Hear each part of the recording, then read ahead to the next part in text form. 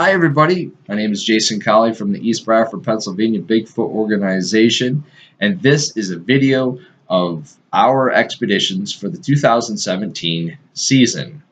So this is a breakdown basically, meaning that not every video that we did through the season is here. You can check that out at our YouTube channel, East Bradford, Pennsylvania Bigfoot organization. So here it goes. How did we start?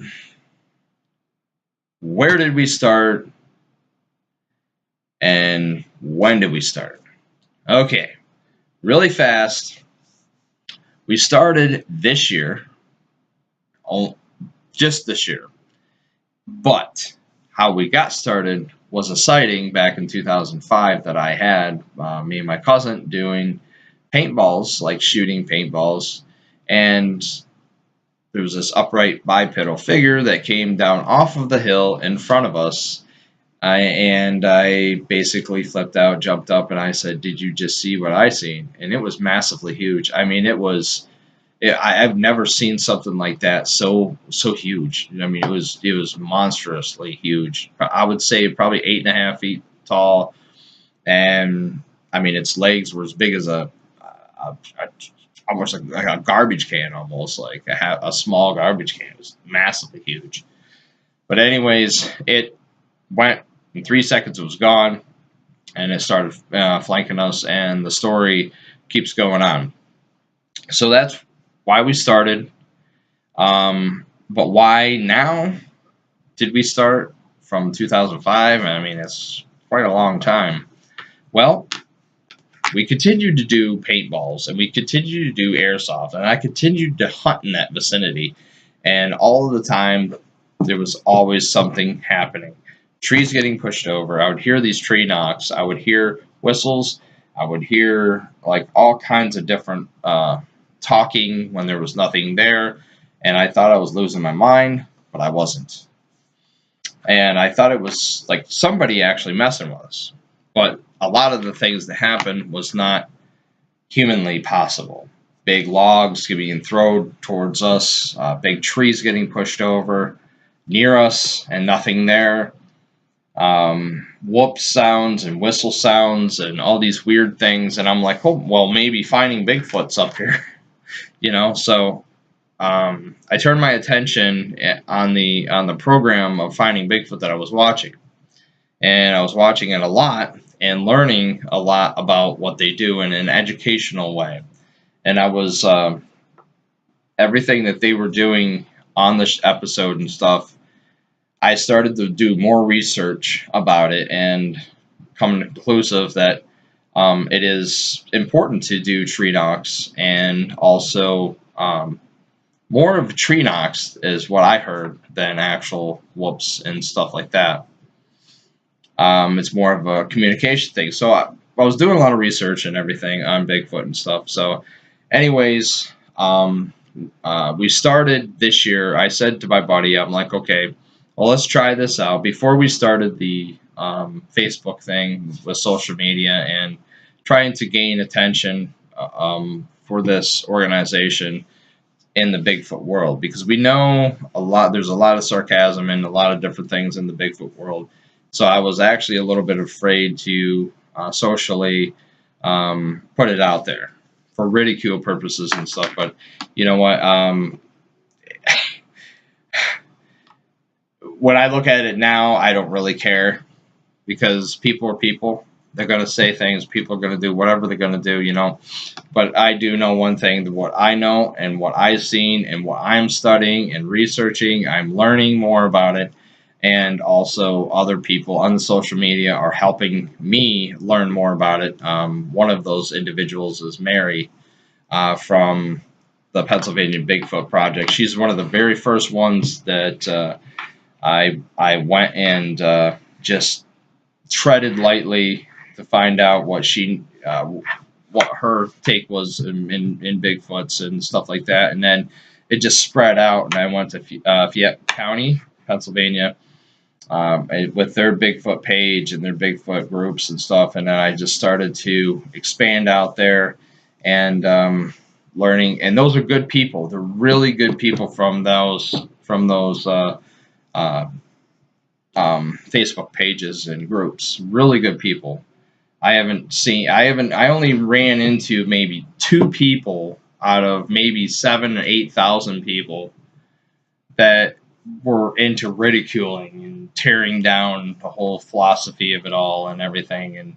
And the biggest, they believe what they believe and what I believe in, but I don't have no time for people like that. So basically, they're gone. I don't even have no time to even have any people like that in my life, because you can't. It's like cancer.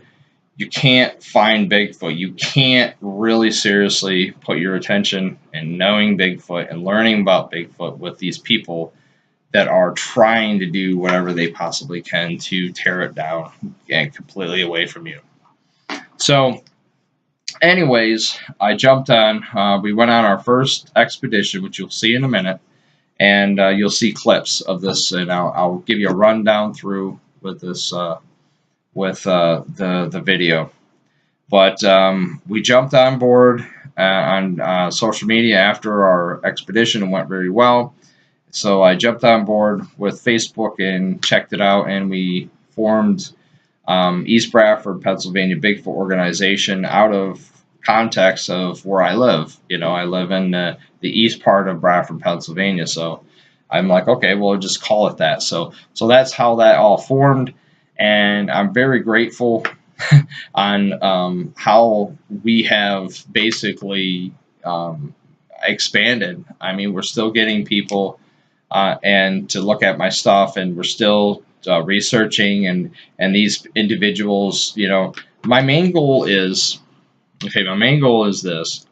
My main goal is to go out, get people to go out, but good people that want to really seriously research the creature without putting harm or danger to themselves or danger to anything else, towards it, and understand the philosophy of it, and bring more people to understand more of it, and possibly one day be able to physically and get it recorded or pictures or something that's really seriously. I mean, I know there's tons of pictures out there. I know there's videos out there and stuff like that.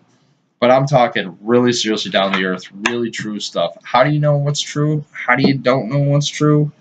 Well, there's a lot of people out there. There's a lot of organizations that can review pictures, can review photos, review videos that are logistically, a Bigfoot, and they can literally determine if that is it or not. But in a way, you don't really seriously desperately know until there is a total body. But I want to try to do my best to bring it to light. Bring it out of the darkness and into the light, to really understand the whole thing on Bigfoot, and actually research the creature from a distance or really close up. So I'm going to do my best to do what I'm doing. I'm understanding more about this creature. I'm understanding the whole physiology of it. I'm studying cryptozoology. Actually, I'm taking online college courses, and through Universal Class, I think it's called. And it's a big online college thing. You can go and pay money and get your degree for that. And I'm really enjoying it. I mean, I'm really enjoying all of this, understanding more of it, and understanding the difference between a barred owl and a coyote, and understanding the differences of all the animals in the woods and in certain surrounding areas. Listening to bobcats, listening to birds, listening to all kinds of creatures that could be making the sounds or stuff that's in the wilderness. So I'm doing a lot of studying on that, and And it's just crazy. I mean, it's crazy because there's a lot to it. It's not just going out in the woods and trying to figure out, oh, whoop, and then all of a sudden, oh, that's Bigfoot. Okay, there's a lot to it. The biggest part of it is I've been studying the whole physiology of gorillas and chimpanzees and different monkeys that make sounds and stuff. I mean, barred owls sound just like monkeys. They really seriously do. But there's something about a squatch that they make a real low, like lung power, like a gorilla, like woo, woo, woo, woo, like woo, woo, you know. And you could tell the difference between that. For one thing, barred owls and owls are mainly up in a tree. So if you got direction awareness, you know, okay, up in a tree.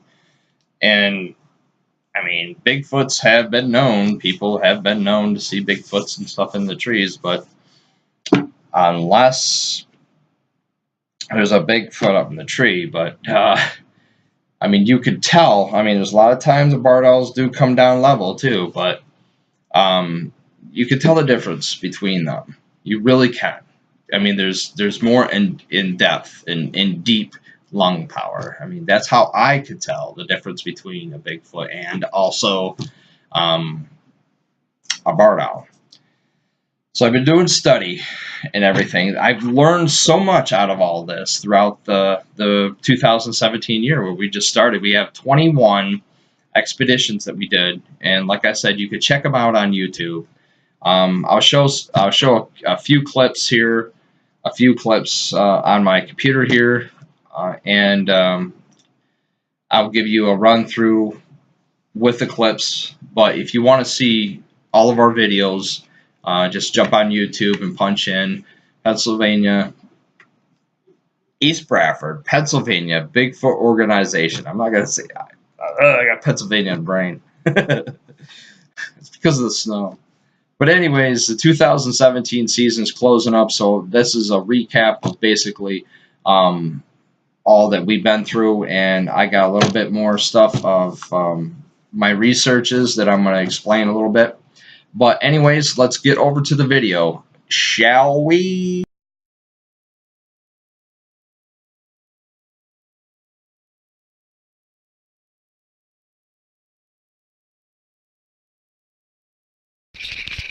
Okay, this is going to be challenging.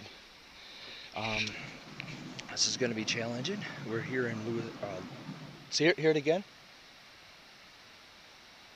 We're here in Lewis Run, and we're going to be doing some investigation. So you don't see what happened, but some activity. So when we pulled in this spot, the car got stuck. So Lucas was pushing it, and we finally did get the car unstuck. And then I just repositioned the car, and we went over and we just started doing what we're doing. So this was all just a fly thing. It was like just grab a backpack, put a water in it, put night vision, and just go.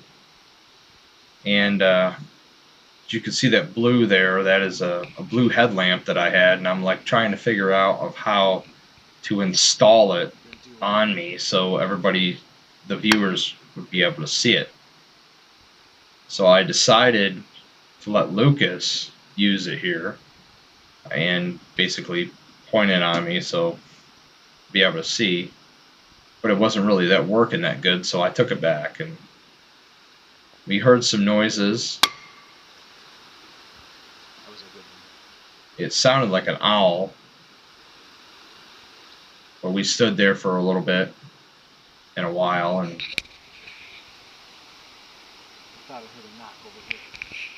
we basically moved from this location and went to another location. But it was a very interesting time for sure. See what kind of activity we can get.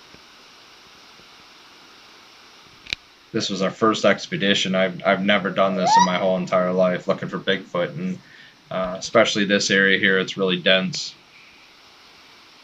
I was very nervous. Lucas, we both were, and the only protection I had was mace. bear pepper spray.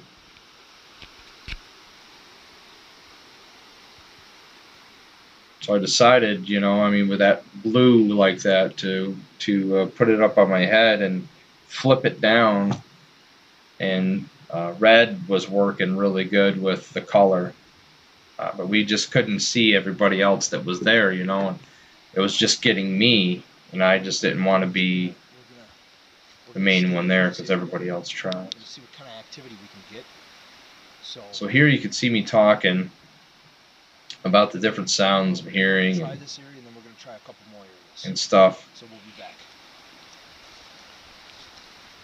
You just couldn't hear that much because the crick was running so hard. Running so hard. So we left. We left that position, and we went up to by the railroad tracks and tried, and we thought we heard some noises up there, but nothing was definitive. I mean, we didn't get nothing definitive, but that was our very first expedition. Hopefully enjoyed that one. So anyways, before we go to our second video and second expedition that we did, and give you highlights of that, I started doing a paperwork and basically keeping track of the activities in the certain locations that we go, and I also been keeping track of the areas that we go in each season, like in the spring, summer, and fall and winter. Been keeping track, and I've been cycling through each of those spots, that the target areas, that we get our activity in. I'm continuously going to those spots and figuring out what areas are mostly populated, what areas are mostly active, and whatnot, and etc. So I've been keeping a track of it, and one of the things that we did, one of the habitats, I got a book here that I've been keeping track of everything. It's called Living Habitats, and Living Habits, and I've been studying, doing my own biology basically, and understanding the fundamentals of Bigfoot in my own way. I guarantee so many other people do the same. But we started this thing here. It was from May to July, the habitat and or habit, and this was understanding Bigfoot's closeness near roads, trails, and walkways near human presence. So basically, a walk trail that is heavily used every day by humans, trails and stuff like that. And we did research on all of that, and what we did is we done 7 expeditions near roads and walkways. We did tree knocks, whoop calls, use music, and other sounds to make Bigfoot basically interested in our position. Now, this is what we learned. We learned that I can't really understand that right there. I was in a hurry. We learned that Bigfoot likes to be near water areas, also close to walking trails, close to roads, but more close to trails, especially with a lot of brush cover in the areas. And we did a proof of the activity, which we heard multiple tree knocks, monkey chatter, low whoop sounds, thumping on the ground, grunt sounds, 8-foot high tree that was broke over and bent over that was fresh, and tree structures and footprints. So yes, we did get some casting in the area that I seen Bigfoot back in 2005. We got a casting in May, and we also got a casting in August. Those were the 2 times that we got footprints. So I was talking to a guy, and it's taken him almost 40 some years to even look and see a Bigfoot print, and it took us maybe a month, to identify tracks, and also it was not human that did that, and it was not double bear that did that or something like that, man. It was a legit cast. We casted it, and I do have the print here in my house and the cast here. I got 2 casts, both of them. The one looks kind of weird because when it went down into the ground, it looks like its toes went up underneath. So it's a weird looking track, but it's definitely one 16.5 inch, one 17 inch. So we learned that Bigfoot likes railroad tracks, likes to go to places near humans, and the reason why I think is mostly curiosity, and they love the it's like a picture show watching a train go back and forth, back and forth, back and forth. They like that stuff. I don't know why, but they do for entertainment. I mean, we watch TV and play on our phones, so of course they do different things as well to probably keep their mind mentality going, I guess. And they love curiosity. They just love the curiosity of us, and it's kind of interesting. It really is. Now, we've done this study from May to July. I mean, we learned so many different things of how they basically like to sneak and how they like to maintain just out of reach of the human, ways.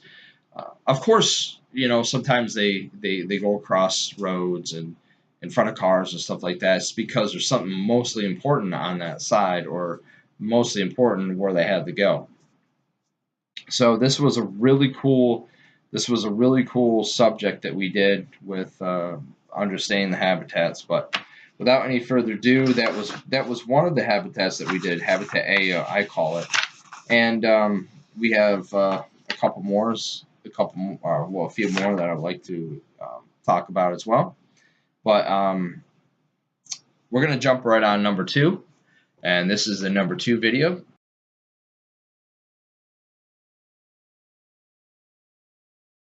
Alright, hi everybody. We're heading to the Bigfoot area and the Allegheny State Park area. We're gonna do an investigation and see if we get any activity whatsoever. And we'll keep you informed on what we get. So until then, we'll see you at the spot. Bye-bye then. Okay, we're heading to one of the areas right now, and we're just gonna wait until dark, and then we're gonna do some calls and stuff like that, so bear with us.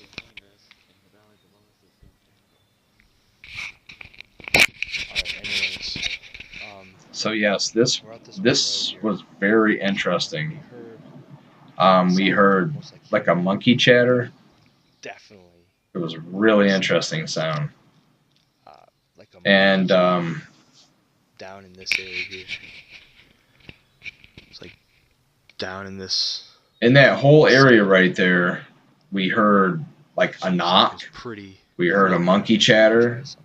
And we tried several different kind of little strategies here. This is one thing that I tried, which was taking some banana chips that I was eating, and I pulled it out, and I'm like, I'm going to put some banana chips on this log right here as a token of gesture, like, hey, token of love, basically, and saying, as like a gift, but I found out later that gifting is not the best thing to do. And I've done researches on it as well, and it's not really good to do for many different reasons, bringing in animals that you just don't want to have around you. Okay, so it's good news. So here this was interesting. I was so pumped up about all of this. It was something new of everything that was happening and everything, So I was really jacked up. And this area is highly hot. this is a highly heavy, hot area for Bigfoot activity. We've had activity here in the spring, in the summer, and the fall, and winter. We've had all seasons. Yeah, how about it? And we heard monkey chatter here. We heard whoops here. I've heard thumps here. I've heard woo, like a woo sound. I've heard um, gorilla type sounds. I've heard whistles. This Ooh, area has it all. did you hear that? And there's definitely a squatch in this vicinity for sure. It's like a knock to the And left. I mean, the exact location is I can't tell you. Just heard a knock down over this bank. So here I'm really excited and showing you. So you can see the headlamp, Right now, Lucas that is red gonna headlamp. apply back to see if Very we can cool. get But if you want to, here's the thing: if you want to see more of this video, you could check it out. But that was pretty much our little rendezvous with our second expedition. But our third one's coming up as well. But I'm gonna give you a play-by-play of some of the habitat forum here in this thing here.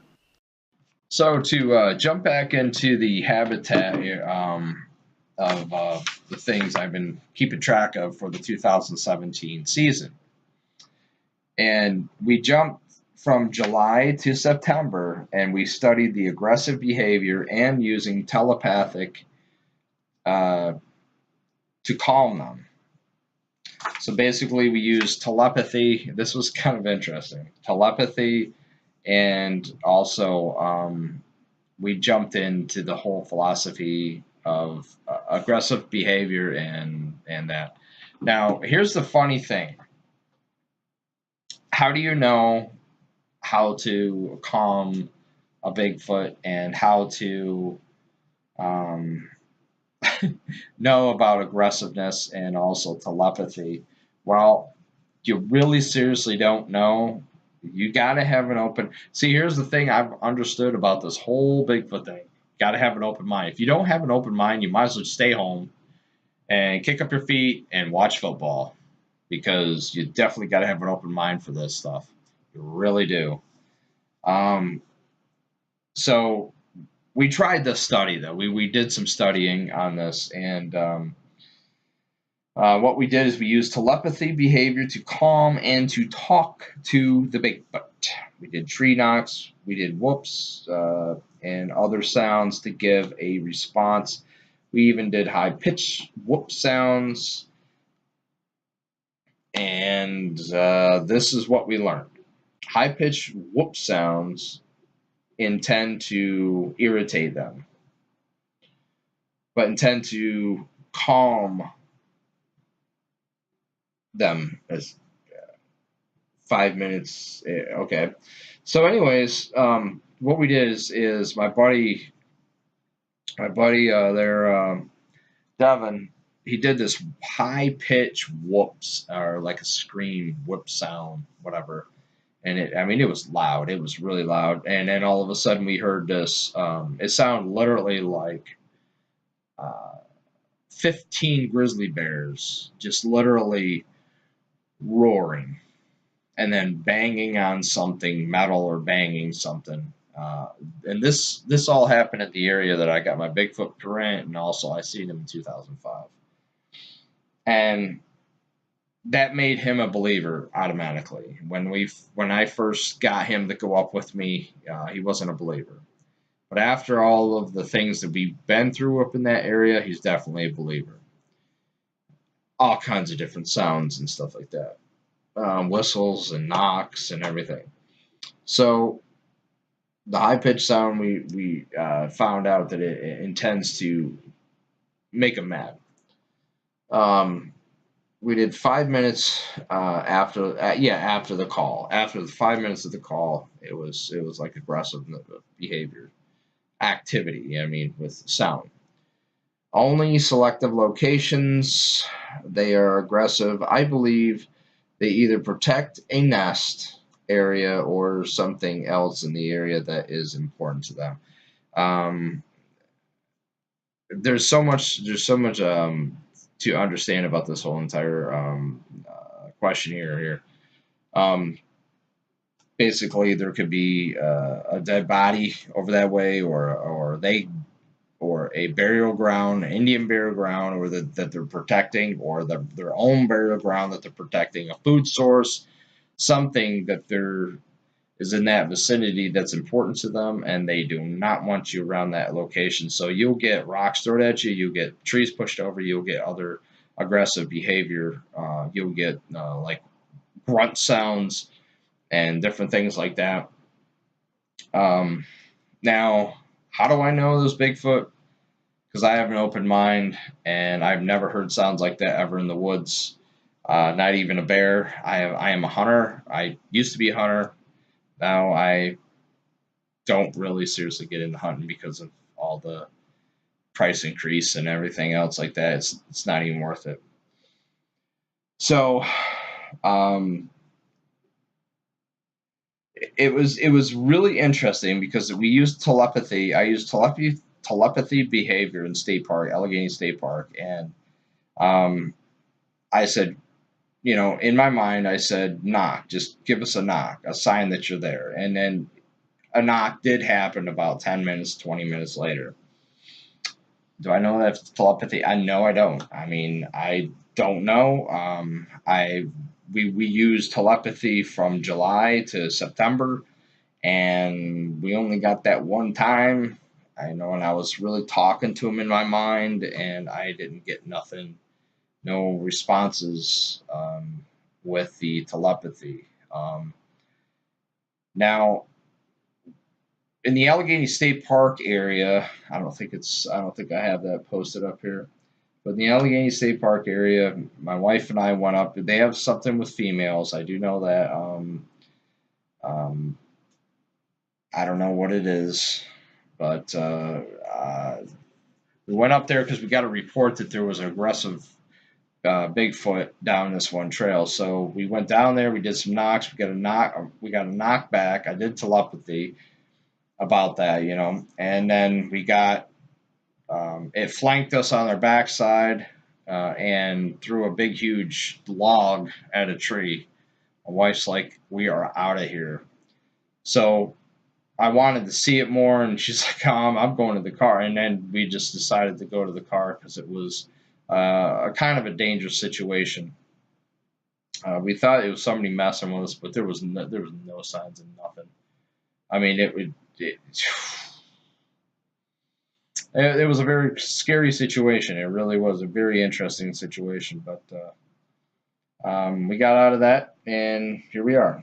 So, anyways, yeah, the telepathy thing, I do not believe in that. Maybe some other people have better luck than others. Maybe because their sensitivity levels are different or whatnot. So, anyways, we went to. So this was our next video here. I'm going to show you the video clip here, and this was our one that we got the print, the footprint, and the casting. So please enjoy. Let's roll it.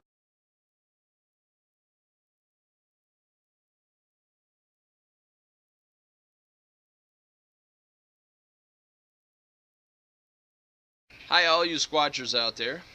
We're getting ready to go on another Bigfoot expedition.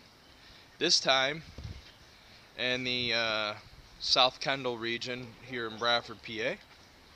And hopefully we get some activity. The grass might be popped back up, so if something walked through recently, we'll be able to see it plow through. Yeah, exactly. So we're going through here. It's really so thick. Hi everybody. We're and going to be looking for tracks right now. We're headed to our first area here that we've seen. It looked like trees, almost like any tree structure. 8 foot high, like snaps and stuff like and that. There I'm pointing like you want to look up 8 feet high and look for openings and trees that are pulled over and like high, like something tall, like 8 foot high would go through. Looks like it's like top of the tree snap down. So here I'm showing you a tree structure, which is. Almost looks like a structure. It looks like the wind snapped it, Another view. and it looked like the tree snapped somehow, and it fell down in that way. And then it looked like other parts were threaded, weird. like other parts of the tree were threaded on the location. This is all like added on. This is. See? Yeah, that almost looks like a hideout of some sort. Now, there's several different reasons why Bigfoots do tree structures. I did some research on it, and one of the main reasons they say is that they use it for like up here location, now, these woods that we are like remembering location. It's almost like a waypoint for them. Had my first sighting. And the other reason is they use it to hide out on or lay down, get out of the weather, whatnot. I mean, it kind of looks like. As you can see me, I'm like baffled about it. I'm like, what is this? And then Lucas is like, yeah, look at this, you know. So it's almost like it's in construction. this was a very interesting. Oh yeah, this is interesting. Situation for us, you know, being like our fourth working on video. Now some of the videos that we did not record. So we did expeditions. Some of them not recorded because we didn't have the equipment. It died and stuff. I had to get new batteries and stuff. You know, pine makes good cover and good. So this was really interesting. Very, very interesting. Could be all the way. Natural. Or it could if you go out there, you could see several different types of tree structures and stuff.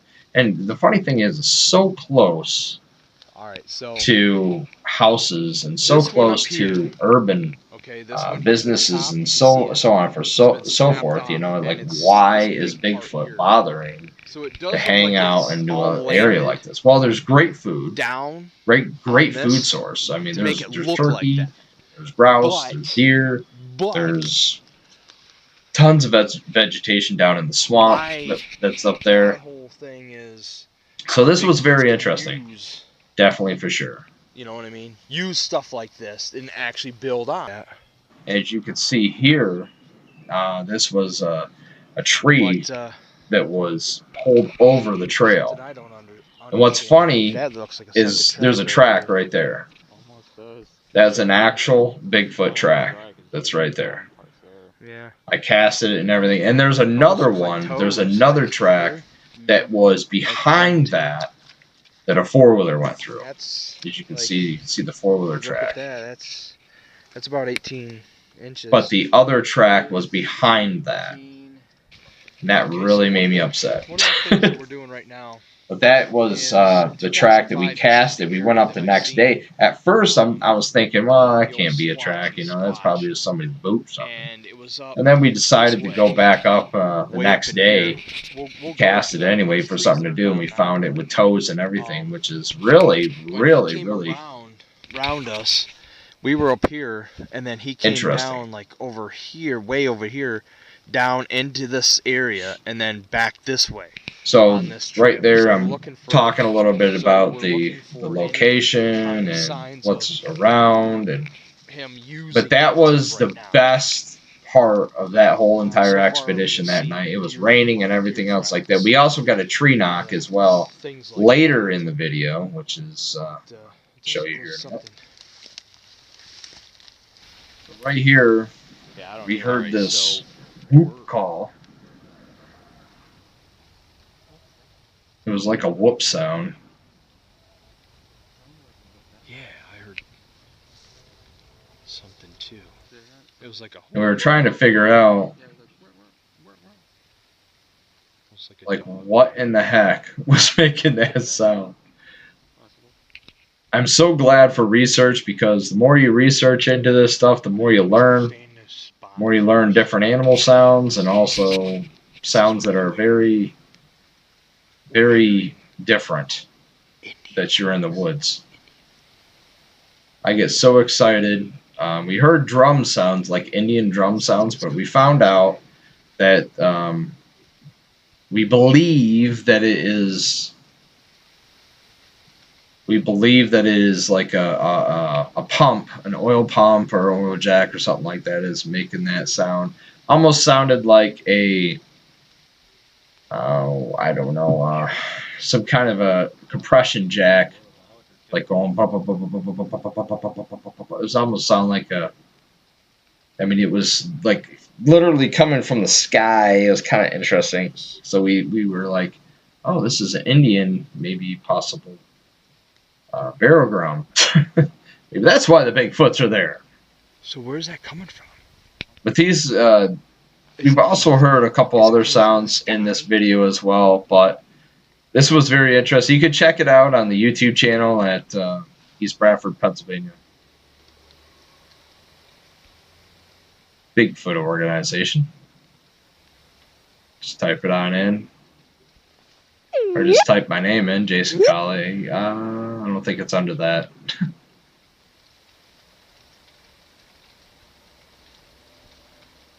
So very interesting. That was our expedition in the South Kendall region, and that's when we got the Bigfoot print that night as well. Very cool. So the research that we're jumping on doing right now in the habitat form and trying to understand the habitat of Bigfoot is about the weather patterns and what the weather patterns have to do a lot with Bigfoot's travels and whatnot, and understanding basically, does he stay in areas where there's snow? Does he stay in the areas where there's rain and sloppy and good weather and bad weather, whatever? And I've been doing a lot of study and research on this topic. Bigfoot does not hibernate. So if anybody says that they hibernate, I totally disagree 110%, because they do not hibernate. I mean, it's basically, does humans hibernate? Well, technically, when there is a point in time where it's freezing cold outside, yes, basically we do hibernate and stay warm as much as possible. And hopefully we have enough food, and making sure we got enough food in our cupboards and our refrigerators and whatnot, so we can get through the cold conditions.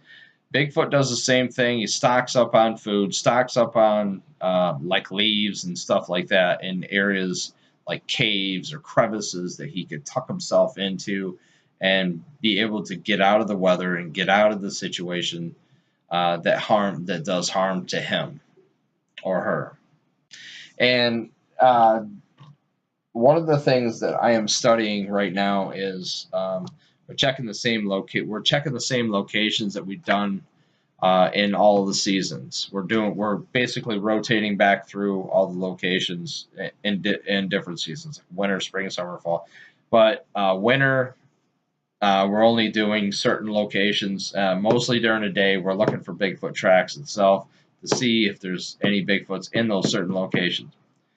But I truly believe, if we go out into the cold conditions and the conditions that will inhabit other animals and stuff like that, that we won't see nothing. I truly believe that. I mean, he's going to go where there's food, where there's water, where there's shelter.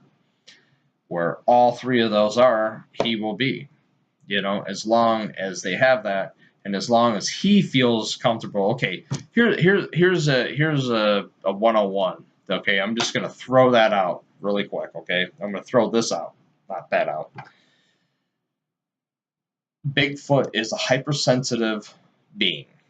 Okay, it means he's hypersensitive to everything in any state, or any state, meaning in his ways. He's hypersensitive to like hunting. Okay, he's gonna find other places to go and stuff just away from the hunters, but then at night he's gonna come into the locations and into the areas and feed and get whatever. So he knows just about absolutely everything to need to know and to survive in the wilderness. Okay, I seen T-shirts that say, you know, he's the most, you know, hide and seek expert in the world. Well, he is, because he's hypersensitive. He knows different. He knows when somebody's hunting him. He knows when he knows when you're awake. He knows when you're bad or good. It's not Santa Claus, but seriously, it's that, and people are trying to figure out why they're not seeing them. Okay, people are trying to figure out why haven't I seen him? Why hasn't he been on trail cams? Okay, some people legitimately get Bigfoot footages on their trail cams, but there's so much skeptics in the world today that they're like, oh, that ain't nothing. That's somebody in a suit. Okay, so nobody believes that anything is, you know, because there's so much hoaxers and everything else like that. So all I could say about that situation is maybe someday, sooner than later, hopefully, that somebody will be able to see him. But anyways, you know, it's hypersensitive to everything, and like a trail cam, he can sense that. He can know that's different, that's out of place in his home. You know, I mean, he knows all this stuff. Very smart. And here's the thing: the more people start to move into the wooded areas and stuff like that, the more they're going to see him, and the more possibly aggressive Bigfoot will get. I don't believe that he would kill, but if he is in a endangered situation, or he's in a situation, it's in a situation where it has to survive, it could take somebody's life. I mean, it could. I don't, you know what I mean?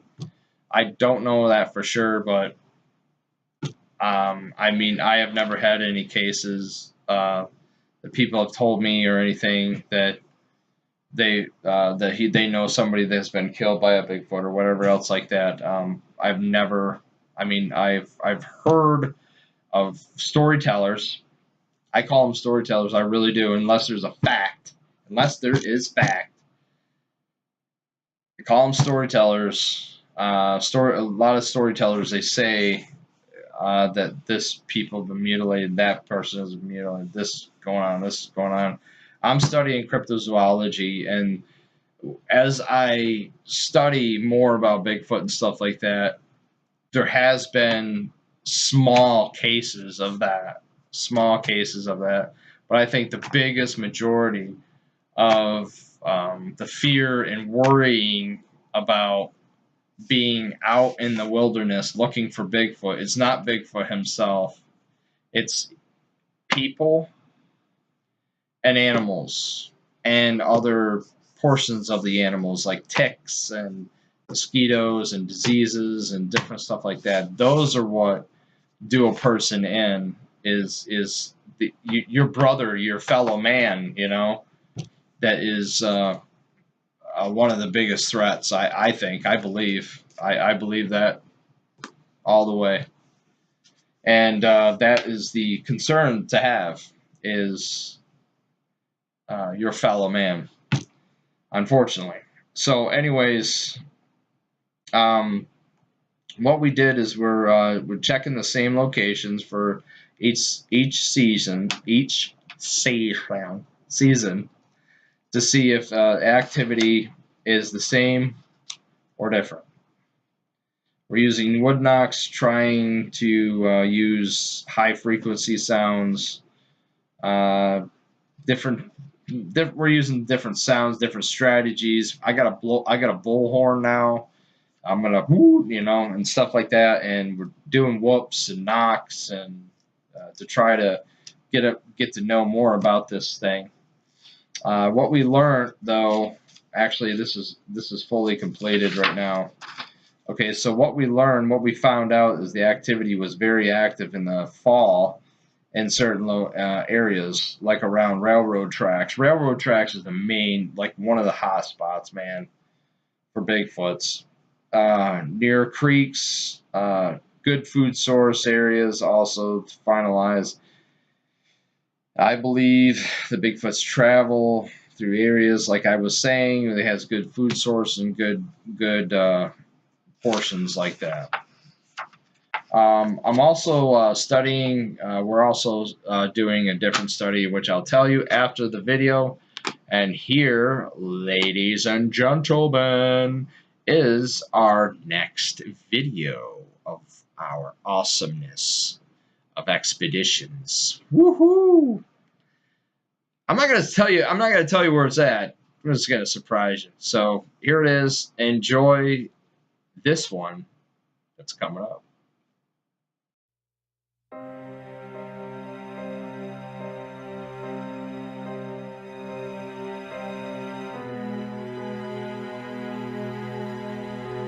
Okay, hi everybody, all you squatters out there. Well, we just arrived at the spot at the Kenzu Bridge area. We just heard a huge screech owl over here. You know, the funny thing is, you know, I just said, you know, we heard a screech owl over there. Well, every location, this is what's very interesting. Like, every location that we've been in, we have ran into an owl, and every owl that we hear is like mostly barred owls. They sound like a monkeys and stuff like that. But there was a few times that we've heard like gorilla sounds within the monkey on the ground, you know, towards the ground. So we truly believe that there's a communication between the animals in the forest and also Bigfoot. He uses them to do whatever with, I don't know. Mainly, I believe mainly locations, like to understand, like Bigfoot wants to know if there's something over there, and if he hears that owl above our head, then he'll know. He knows that there's something there. It could be threatening, it could be not threatening, but I believe that the owl, the different sounds that the owl makes, basically tells the Bigfoot exactly what's going on. So anyways, in this expedition, this is a really cool expedition. We got wood knocks and whistles and woos and wahs and everything.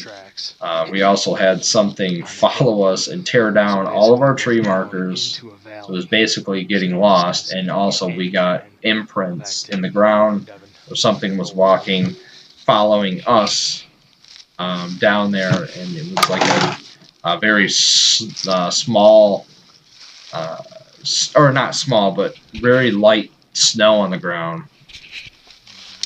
This definitely got very interesting for sure. This was one of the best expeditions that we had in the winter, like where the snow is on the ground. Well, this was the fall. This was late fall, so this was in Kenzu Bridge area where Finding Bigfoot did their episode area. Got a lot of nice activity up there. It was really cool. Literally really cool. It was probably, I would say, about 19 degrees, 20 degrees. So we were following these lights, and they were the airport. There's an airport up there, and I turned around, and he's like, we heard something back of us, and then we heard a whoop sound, and then different other sounds. And we turned around, and there was nothing. Like, it was gone. Like our markers, our reflecting markers were gone. Let's see. It was very, very, very interesting for sure. So yeah, my tree markers were gone. So we're looking around for them. I'm like, this is really odd. Devin's like, you know, he thought it was going to be dead that night. He thought it was going to be deader than a doornail. And all of a sudden, we just started getting activity. It just, it amped us, man. It was majorly amping. So right now, I'm looking on the ground for my markers, trying to look around. And then we started finding imprints in the ground, which basically said that there was definitely something there. That is not my friend. See, I see the tracks here. I'm like, you got to be kidding me, man. This is crazy.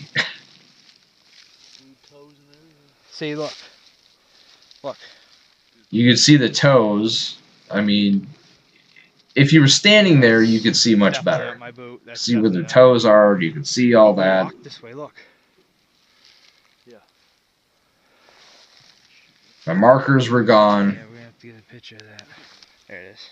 This was a definitely good night. This was a definitely good night. I took pictures of it, and we just kept rolling. And we also got this night. Also, we followed the tracks all the way to my car, and then they went across the road, and we stood there, and we got whoop calls, and then some other kind of calls by my car, but it just ran out and went dead. It just went dead. So I'm like, let's go up by the other spot, by the railroad tracks. This was all by the railroad tracks, by the way. And then we drove up to the other spot. We went in there. 15. Tons of different sounds, tree knocks all around us. And it was just incredible. It was literally incredible. Here's a picture of the imprint in the ground, my boots there for a source of length. And then we got the ruler out there. But there was definitely, you could see toes. If you were standing there, you could see the toes. On camera, for some unknown reason, you just couldn't see. So anyways, we went up to the other area, and so this is the other area that we went up to, where we got a Bigfoot literally peeking around the tree, and you could see this clearly. Just kept peeking around, peeking around. Now, for some unknown reason, every time you want to try to do something right, like your cameras die or something, I don't know what it is, but you could see him clearly peeking around the tree.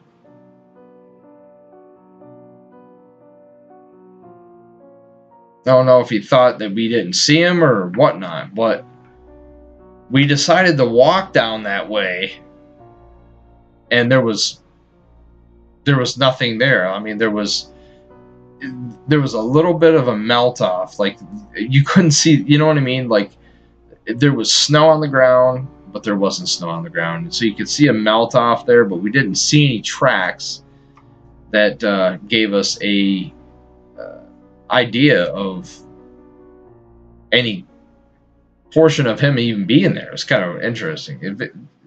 Bigfoot's very interesting. It really is. Some people say, oh, I see it, and then gone. It disappears right in front of their face. I've never had that happen. Personally have never seen that happen.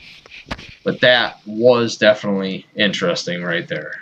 That was for sure interesting, him peeking around that tree like that. Again, you can check out all these videos on our YouTube channel, which is East Bradford, PA, Bigfoot Organization. That was really cool. So anyways, those were some great videos that we did, man. Some great expeditions.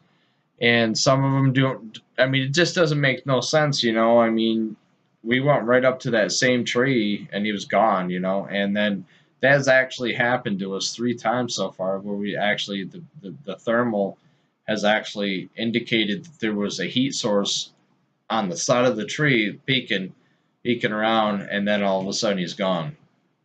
So, I mean, that just puzzles me to no end about how that happens. But to jump into the whole philosophy of barred owls and also animals and different stuff like that has communication with Bigfoot. We are researching that right now. We started in December, the beginning of December, and we're studying the communication between Bigfoots and other animals as well. We believe that coyotes, that there's two main source animals that communicate with Bigfoots, and Bigfoot has a relationship with these animals. We believe number one is a coyote. Uses the coyote basically as like a type of a pet or a location beacon. I'm believing truthfully that it's not really a pet type thing, because all nature together, you know, stirred up into a little pot together, they feed off of one another anyways. Meaning a Bigfoot helps out basically. Bigfoot helps out coyotes. Coyotes help out Bigfoots, and a bird, a Tweety bird, eats an ant. And then, you know, it's like the whole philosophy of and the understanding of nature. I mean, it's just it all helps and all ties in together. So I don't technically believe that Bigfoot uses a coyote as a pet, but I have researched a lot of different idealistics of that kind of thing. I think it's kind of funny in a way. A lot of people commenting on that, scientists and also biologists and also cryptozoologists understand that beings itself, you know, nature's nature, and it's the way it is. But I'm doing this study here, you know, of what we did so far. We did tree knocks and whoop calls and communication with owls. And communicated with owls and coyotes, called back to the owls and coyotes. So basically, this is kind of very interesting. Every expedition that we go on, we have communication with owls. Like there's an owl that follows us around wherever we go. It's kind of really interesting. And then we hoot and holler and then whoo, you know. I mean, they're probably following us because of the sound. I mean, that's probably exactly what it is, but I don't know. But we get the coyotes calling, then we get the owls calling, then we get tree knocks, and then we get whistles, and then we get different whoops and stuff like that. Okay, and this has been going on for a lot of the whole entire year of 2017 when we started in the spring. There's an owl, and then there is a Sasquatch, you know, knocking, or there is a coyote, an owl, and a Sasquatch knocking or making different sounds, or there's an owl and a Sasquatch communicating with one another and finding out pinpoint locations, whatever. I don't know what the whole reason they do that for. I don't know, but I do know there is a communication between the Sasquatch or Bigfoot and the animals in the woods. I mean, that's it. You know, I mean, it's just there's a communication there. My buddy Devin tried an experiment. He literally did a whoop. He went, watch this, and he went real low. The barred owl responded with some kind of a weird, different sound than what he was doing. You know, it was a different sound. Like he tried a different sound. So there's some type of communication there. I don't know. I mean, it was really cool, though. I mean, it was really cool, but I'm still studying it. We're still going on understanding all of that right now. What we learned so far is we have an idea that when an owl calls around us and when coyotes are around us, the area, we have a Bigfoot activity, which we do. We have Bigfoot activity or Squatchy type activity while either the coyote or the Bigfoot around or whatever. You can check out the videos on YouTube. Check out my playlist. You know, go through my playlist and listen to the next one we're going to be doing, which is the Eldred PA Bureau video that I'm going to show you right now. So check it out. Woohoo! Or actually, don't leave. I mean, I know it's a long wait, but you know.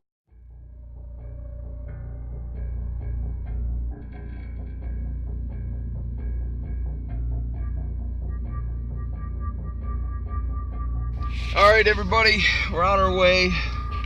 I'm going to get my buddy right now, and we're going over to Eldred, Pennsylvania here in McKean County.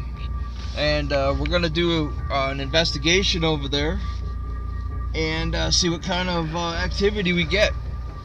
So we'll let everybody know when we do it. And welcome to expedition number 19. Okay, so right now we're heading into the... So this was really interesting here in Eldred. We found these trees that one literally looks like it'd been snapped off, like it was up about, I would say about 5 feet in the air right here, and it would look like it was just snapped right off. And we also found 2 pulled over trees, probably around 7 foot in the air, that were literally pulled over, and they were apple trees, big apple trees. Now a bear could do that. It really could. It could do it, but there's no apples. There's nothing on that tree. There was nothing on that tree, and there was 2 big trees that were literally pulled over, like together. We've had that same experience right here. You can see the trees. That's not just fall over. I'm taking pictures of them. No, this was in Eldred, PA. Just absolutely incredible. You can see the trees. I know the pixels are a little bit out of pixelated.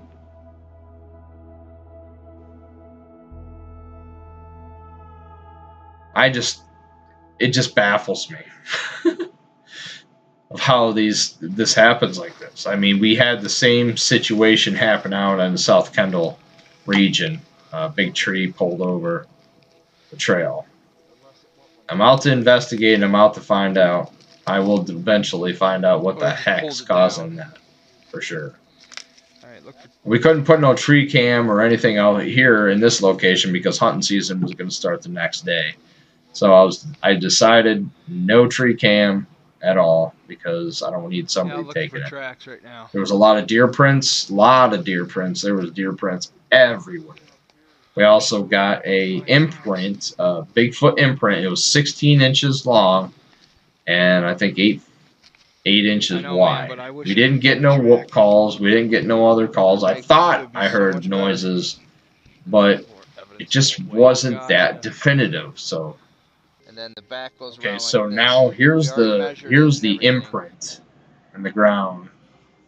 Now, like I said, you could, if you were standing there, you could see this imprint.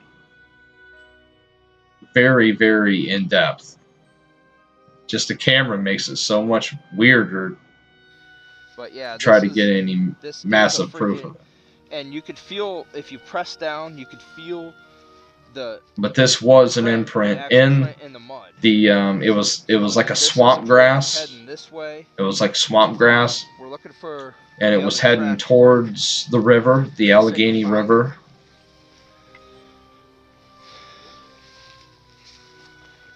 So basically, between railroad tracks on the left side and the Allegheny River on the right.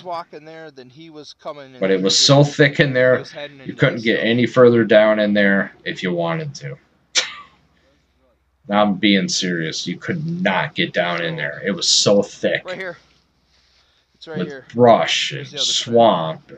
Right there. It was horrible. It was a really hard part. Now, right there's the second track. I found it. I mean, I've seen the first, and then there was the second. Right there. It's right here. Right there. And then we were trying to scale the distance between each step, and it was like maybe 3 feet apart, 3 feet, 4 feet.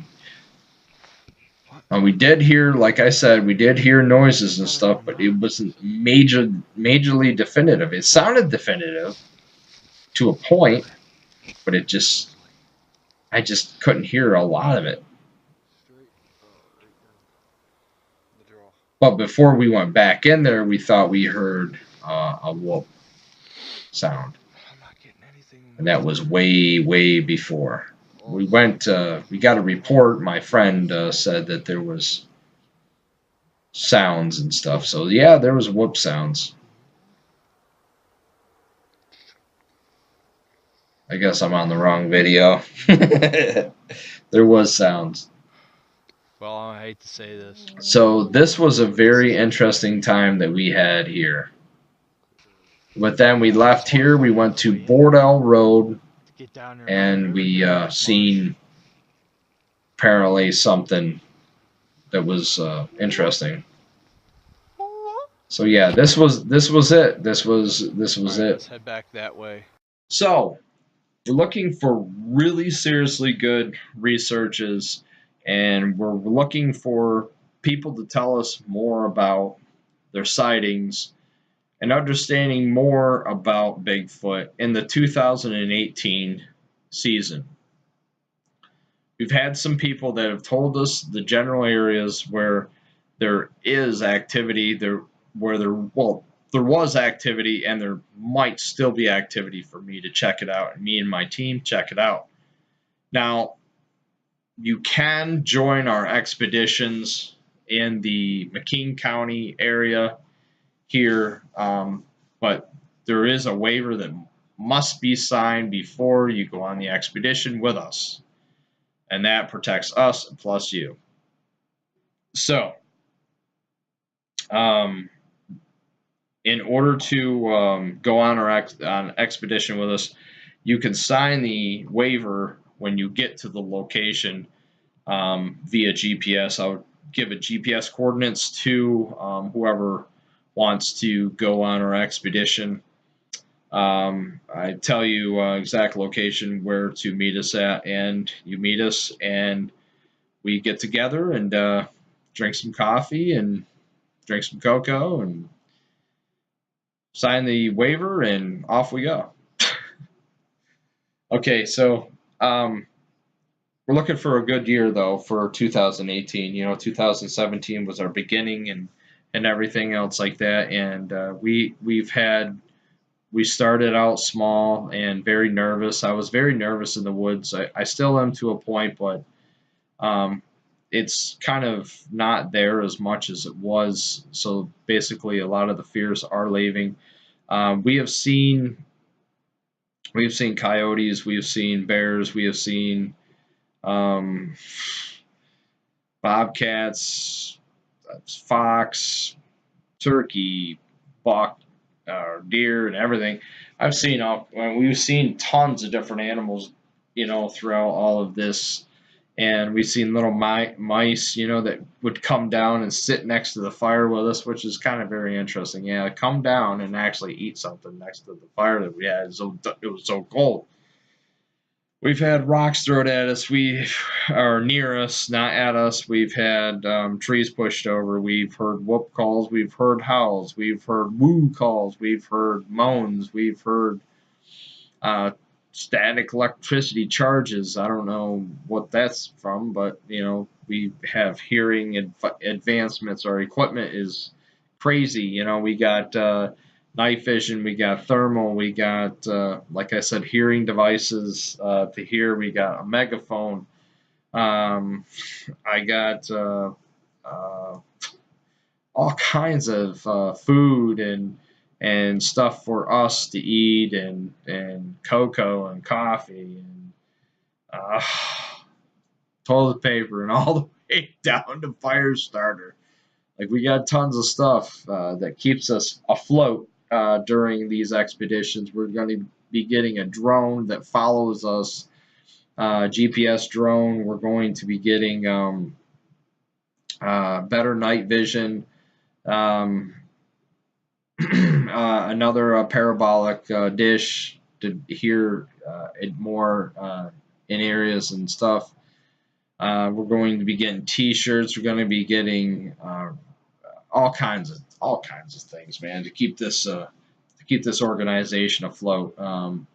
Our chat page or our chat group is up to 170 people so far.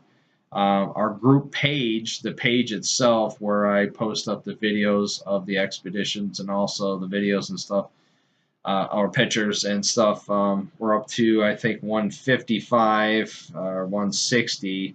We're up to on that, so it's climbing. And what's great is it's an open group. You can join it. You answer the questions for the chat group, and you jump on, and you just chat, man. You talk about Bigfoot. Everything is Bigfoot.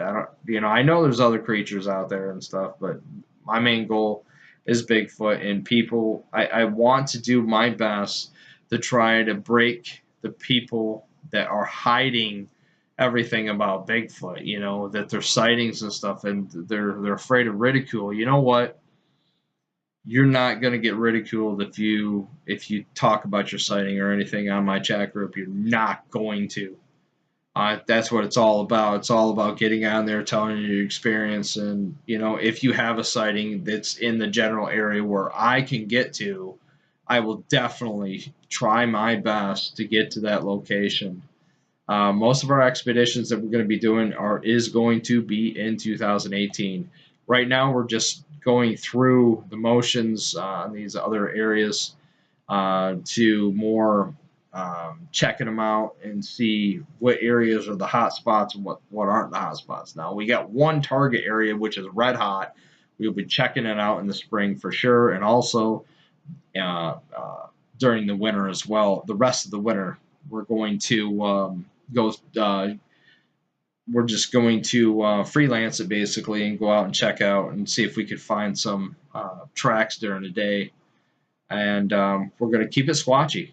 I mean, that's exactly what we're going to do. But we got one more video here I want to show you. This video here is our last expedition that we did, number 21, which is up on the Indian Pipeline Trail or road. So check it out. This was after a snowstorm, and temperatures were probably about 29 degrees. But it got cold that night. So check it out.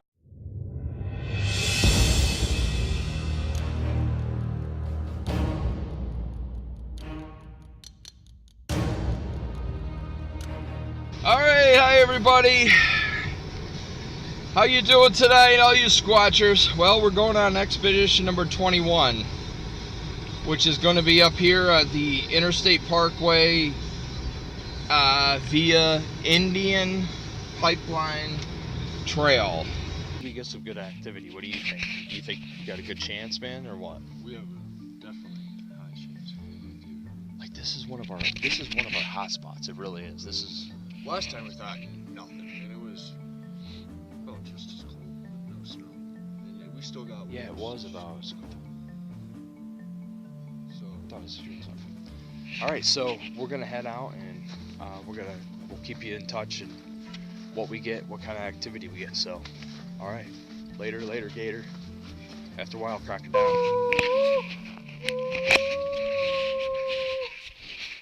Okay, so we're making some sounds right now, and we're hoping to get some sound going because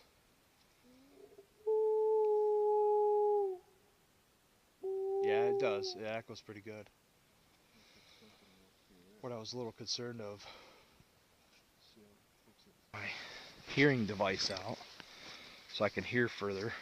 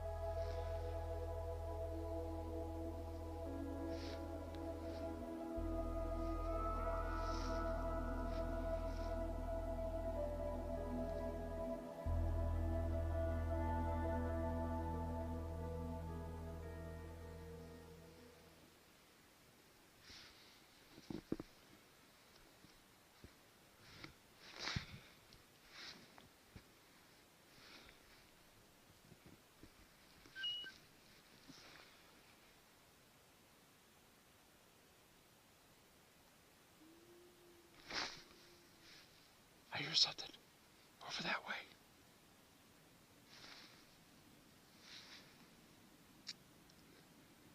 It went right there. It's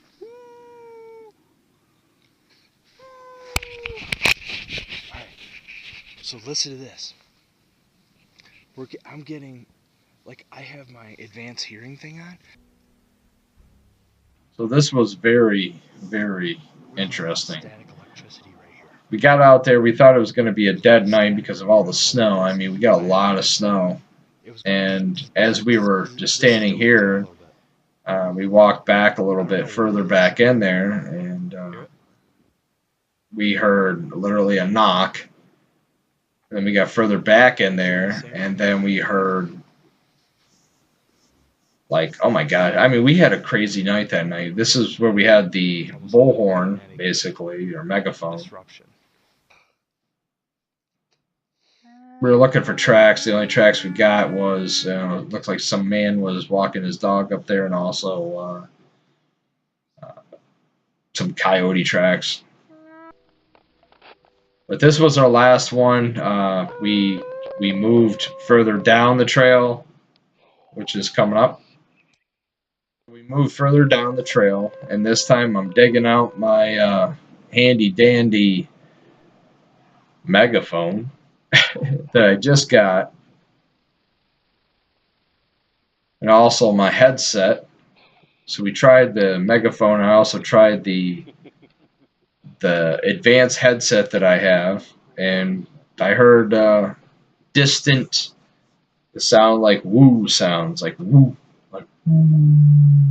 like that, something like that, in the distance.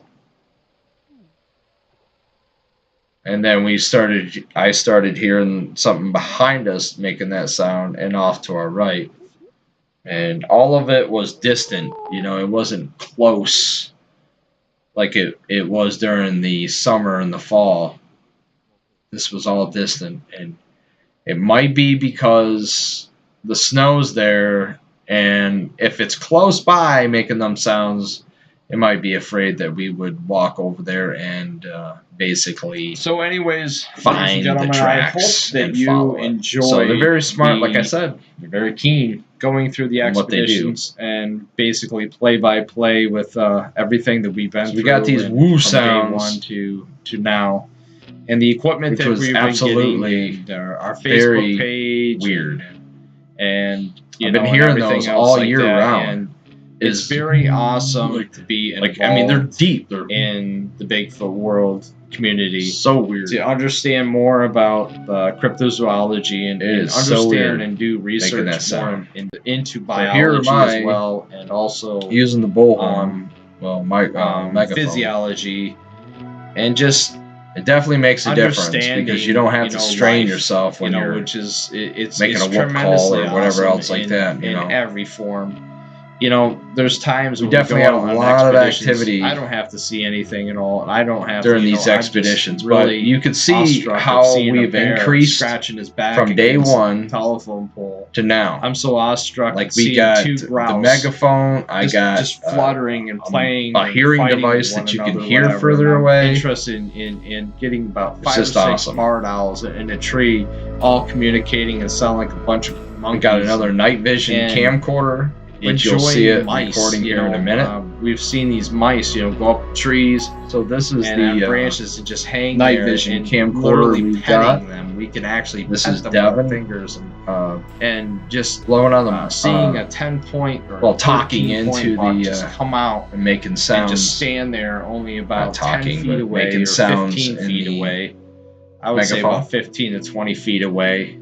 He really got a kick out of me. He's like, man, this is funny, man. This is cool. I mean, it just the sound just those are things it just I see went through the whole valley, and you could hear coyotes way off in the distance, and then you could hear like something else making sounds. Doing what I do, with it just didn't make no sense. I really seriously love the support and by everybody so interested supporting us and everything else like that, and helping us. This is our hot spot, man. Understanding more of it's a good spot. What Bigfoot is, and also other living creatures. Hopefully, we get more But activity anyways, in these just, in these areas for 2018, and also close this up for 2017. other areas of interest like that to we're going to thank try as well in all of our 2018. But viewers that's pretty much on it YouTube.